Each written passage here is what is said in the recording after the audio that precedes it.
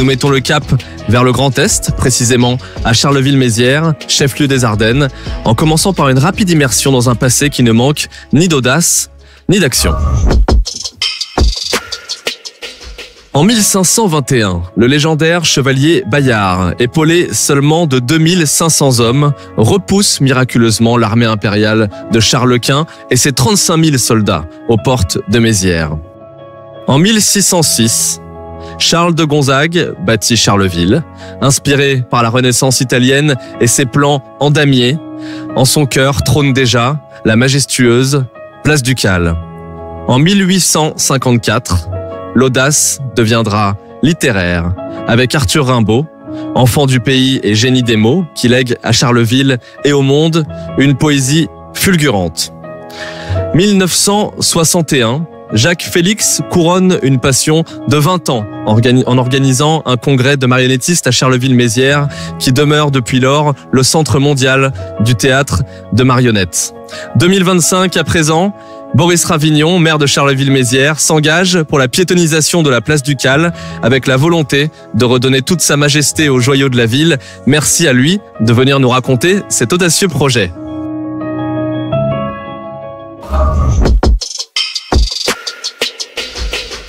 Alors la place Ducale, c'est vraiment le centre de Charleville, avec en fait, c'est une ville nouvelle. Mais une ville nouvelle qui aurait plutôt réussi, qui serait honnêtement plutôt esthétiquement peut-être plus réussie que celle qu'on a essayé de faire dans les années 60 ou 70. C'est une ville nouvelle simplement du XVIIe siècle. Elle est née dans l'esprit de Charles de Gonzague, notre fondateur, qui a donné son nom à la ville, Charleville. Et il est très empreint de la Renaissance, de la volonté finalement d'ouverture des villes, peut-être aussi de retour vers l'Antiquité. Et donc on a un plan qui est un plan romain. Le Cardo d'Ecumanus, on le retrouve. Et la ville est organisée selon ce plan régulier. Et donc, Charles de Gonzague décide que la place Ducale, ce sera le cœur, le centre de la ville. Il rêve d'une ville commerçante, vivante, très attractive. Il va en faire d'abord un paradis fiscal pour attirer énormément d'activités dans sa ville, en exemptant tous les artisans, tous ceux qui avaient finalement des savoir-faire précieux, des tapissiers, des orfèvres. Il les fait venir en les exonérant de toute charge, et une zone franche complète. Il n'est pas dans le Royaume de France et donc il en profite. La fiscalité dans le Royaume de France est déjà à l'époque assez lourde et donc il jouait sur cette différenciation. Et comme ça n'a pas suffi, il aime d'ailleurs aller encore un cran plus loin, puisque Charleville a été pendant les décennies où il régnait sur la ville terre d'asile, et donc là tous ceux qui étaient poursuivis, quel qu'en soit le motif, dans le Royaume de France pouvaient venir trouver refuge à Charleville-Mézières.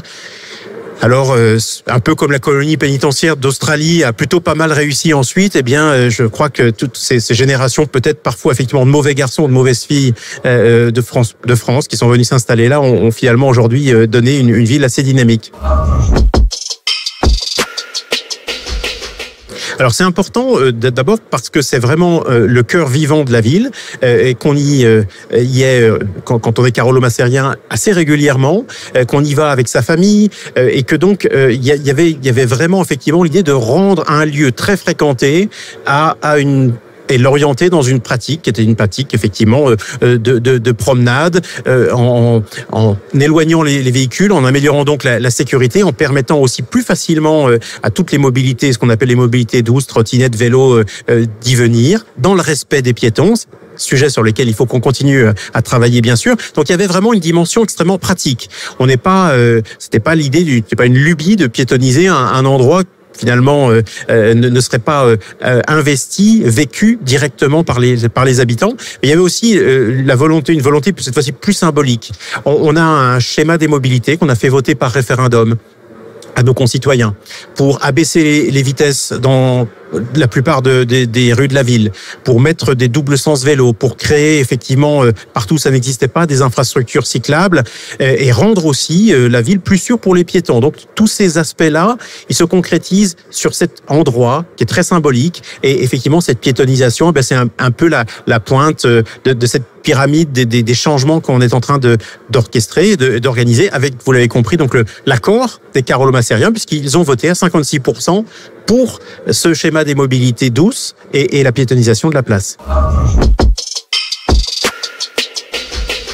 on tient l'engagement qui était le nôtre dans la durée du mandat, effectivement, d'avoir progressivement étendu les plages de piétonisation et d'arriver finalement à dégager avec les différents acteurs. Je vais y revenir parce que c'est vraiment là, je crois, que l'audace, si elle existe, elle a été plutôt dans le registre démocratique. C'est-à-dire, il a vraiment fallu arriver à concilier les différents usages.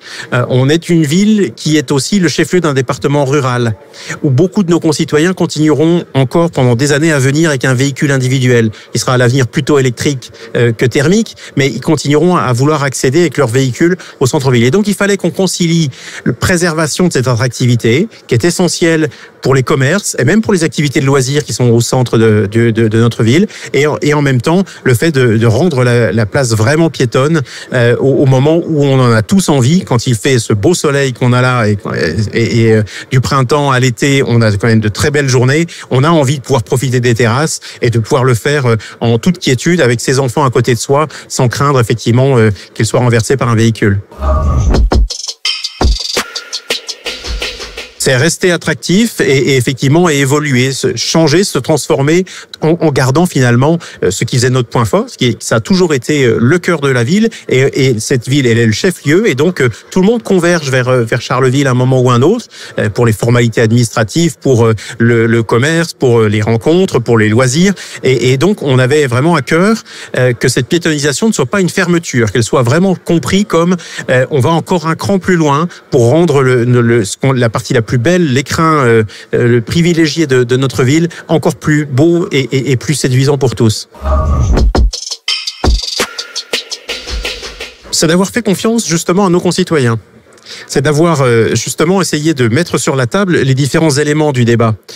On voulait rester attractif. On voulait pas être dans une politique de construction notamment de mobilité douce ou d'accès ou d'infrastructures de mobilité douce qui empêche ou qui nuisent totalement à l'accès en véhicule. On voulait effectivement être sur cette place dans une zone qui s'ouvre aux loisirs et se développe avec des terrasses, des cafés, des restaurants, un hôtel qu'on est en train de construire en ce moment même directement sur la place. Donc les activités de loisirs et touristiques en force, qui se renforcent, et en même temps toujours des activités commerciales. Il y a sur la place les magasins Janteurs qui sont une sorte de galerie Lafayette mais ardennais, ils n'existent que dans les Ardennes et qui existent depuis maintenant 150 ans, on veut pas les perdre. On veut qu'ils puissent continuer à être visités par leurs clients habituels et donc c'est finalement la conciliation de tout ça. Et alors, face à ces difficultés-là, certains, je crois, finalement, sont dans l'hystérisation du débat. C'est-à-dire, on prend les uns contre les autres. On va être misé sur ceux qui préfèrent le soleil et les terrasses, et donc on piétonise en écartant les véhicules. On a essayé de concilier les différents aspects, et on l'a fait avec nos concitoyens, puisque là encore, on a mis ça dans un projet, on l'a fait connaître. C'était à la sortie du Covid, on a vraiment battu les estrades pendant des mois pour expliquer quel était le projet. On l'a mis au vote et ils ont voté pour finalement une option qui piétonise la place et qui va donc nous permettre de profiter du beau soleil ardennais l'essentiel de l'année sur cette place en toute quiétude. Parce qu'on est aux portes de la grande forêt d'Ardennes, qu'on est baigné par un fleuve magnifique qui est la Meuse, dans lequel depuis maintenant l'an dernier, on peut désormais se baigner à nouveau. On a reconquis aussi notre fleuve comme d'autres l'ont fait et de manière un peu plus pérenne parce que nous on va encore s'y rebaigner cette année dans la Meuse, ce qui dans la Seine me semble un petit peu différé pour l'instant. Donc on est une zone naturelle, je crois, extrêmement préservée et une zone dans laquelle les hommes savent ce qu'ils doivent à la paix, savent ce qu'ils doivent justement au fait de s'entendre et on a longtemps été effectivement un terrain d'affrontement, de conflit. Ça n'a pas mis à bas le magnifique patrimoine que nous avons hérité des siècles, mais je crois qu'il y a dans la générosité, dans l'hospitalité des Ardennais, finalement un peu cette trace que quand on peut s'accueillir en amis et se voir en amis et faire la fête ensemble, on s'éloigne des heures les plus sombres qu'on a connues dans notre histoire et on perpétue cette tradition d'accueil, d'hospitalité et de fête. Je parlais justement du PDG des magasins Janteur, parce que pour lui, la piétonisation, ça pouvait être un vrai risque commercial, un vrai risque économique. Il y a plusieurs dizaines d'emplois dans son magasin, et donc quand on discutait ensemble des plages de piétonisation, de comment on allait organiser cette piétonisation, eh bien, il n'était pas là pour dans une posture idéologique. Il était là de manière très pragmatique pour défendre l'emploi, l'activité qui est la sienne, et il l'a toujours fait avec intelligence, avec ouverture. On a essayé nous aussi de répondre et ne pas être à aucun moment ni dans l'idéologie ni dans une doctrine qu'on voulait appliquer. On avait une idée et un cap, mais on n'est pas passé en force. Et je crois que au bout du compte, on a réussi à trouver la bonne solution et qu'on concilie tous les avantages que cette piétonisation va produire. Et donc, je souhaite aussi, en passage, longue vie à tous les commerçants qui se trouvent sur la place, parce que on a tout fait pour qu'ils soient là, qu'ils y soient bien et qu'ils y soient longtemps. Alors, la Banque des Territoires nous a beaucoup aidé sur l'ingénierie, parce que on avait besoin, effectivement, au départ, de bien concevoir, notamment le réaménagement du stationnement, la végétalisation des différents axes qui mènent à la place. On a travaillé sur ces sujets avec eux. Et puis, c'est bien sûr aussi un partenaire financiers. Ils nous ont prêtent effectivement les moyens de réaliser ces beaux projets. On a effectivement des travaux qui sont en cours. Ils vont encore se poursuivre sur cette année 2025.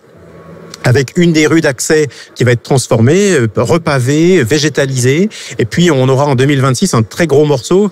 La place, vous l'avez peut-être vu, elle est, donc ce sont des arcades. Donc, il y a une circulation en dessous des pavillons. Et cette circulation, on veut en faire l'espace de circulation, justement, accessible aux personnes à mobilité réduite. Et donc, on a encore un très gros chantier de plusieurs millions d'euros où je crois, je ne l'ai pas encore dit à la Banque des Territoires, mais on aura besoin d'eux.